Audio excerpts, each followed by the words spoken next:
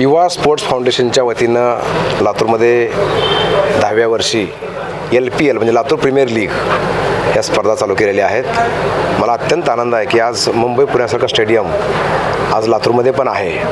लातूरमध्ये पण sports activity मोठ्या प्रमाणात चालल्या आहेत। कोच पण लातूरमध्ये आत्ता बघितले, लहान लहान मुलं आता अंडर 14ची तयारी करतायत। मला पण अतिशय गर्व वाटला की लातूरची आमची लेकरं आज एका चांगल्या स्पर्धेत जाऊ इच्छितात आणि या निमित्तानं मी सगळ्यांना शुभेच्छा देतो। LPLला पण आणि युवा स्पोर्ट्स फाउंडेशनला पण मी शुभेच्छा देतो आणि ही स्पर्धा IPLच्या स्तरावर गाजली जावी, कारण आता IPLचं वेळापत्रक आलेलं आहे, त्यांच्याच स्पर्धा सुरू होणार आहेत। त्या लेवलला आपल्या स्पर्धा जाव्या आणि आपले खेळाडू IPLला जावे, पुन्हा रणजीमध्ये जावे, पुन्हा देशाचं प्रतिनिधित्व करावे अशी माझी अपेक्षा आणि इच्छा या निमित्तानं शुभेच्छाही या निमित्तानं अशा मी देतो आहे। सर, एकाळी महाराष्ट्राकडनं लातूरचे बरेच खेळाडू खेळायचे, आज ती संख्या थोडीशी रोडावली आहे। हे बरोबर आहे। माननीय मोदीजींच्या माध्यमातून खेलो इंडियाच्या माध्यमातून आज तालुक्याच्या ठिकाणी सुद्धा स्टेडियम होत आहेत आणि इथं जिम्नॅस्टिक्ससारखे गेम असतील किंवा आता आपण बघितलं सौरभ आमच्या एक अत्यंत लहान दुर्गम खेळातला पोरगा आज 14 वर्ष वयात इतका चांगला खेळतो, मी त्याचा खेळ सुद्धा पाहिला आहे।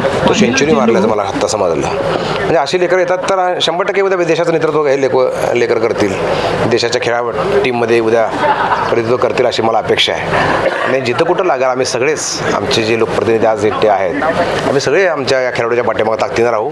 पक्षभेद सगळे विसरून लातूर म्हणून जिल्हा म्हणून आम्ही सगळ्या खेळाडूच्या, क्रिकेटच नाही मी तर म्हणतो कुस्तीमध्ये सुद्धा आपल्याला चांगलं फ्युचर आहे। आज आमच्याकडे कुस्तीचे खूप खेळाडू चांगले उत्कृष्ट खेळाडू आहेत। कुस्ती असेल, कबड्डी असेल, खो खो असेल, क्रिकेट असेल, या सगळ्याच खेळाडूंना आम्ही सगळे लोकप्रतिनिधी म्हणून ताकद देऊ, आम्ही त्यांना आमचं पूर्ण पाठबळ राहील अशी या निमित्तानं आश्वासन तुम्हाला मी देतो। देवडे खेळायला हां, देवडे पण संतोषचा मुलगा आमच्या देवडे, तो कॅप्टनशिप केला, तो खेळतोय।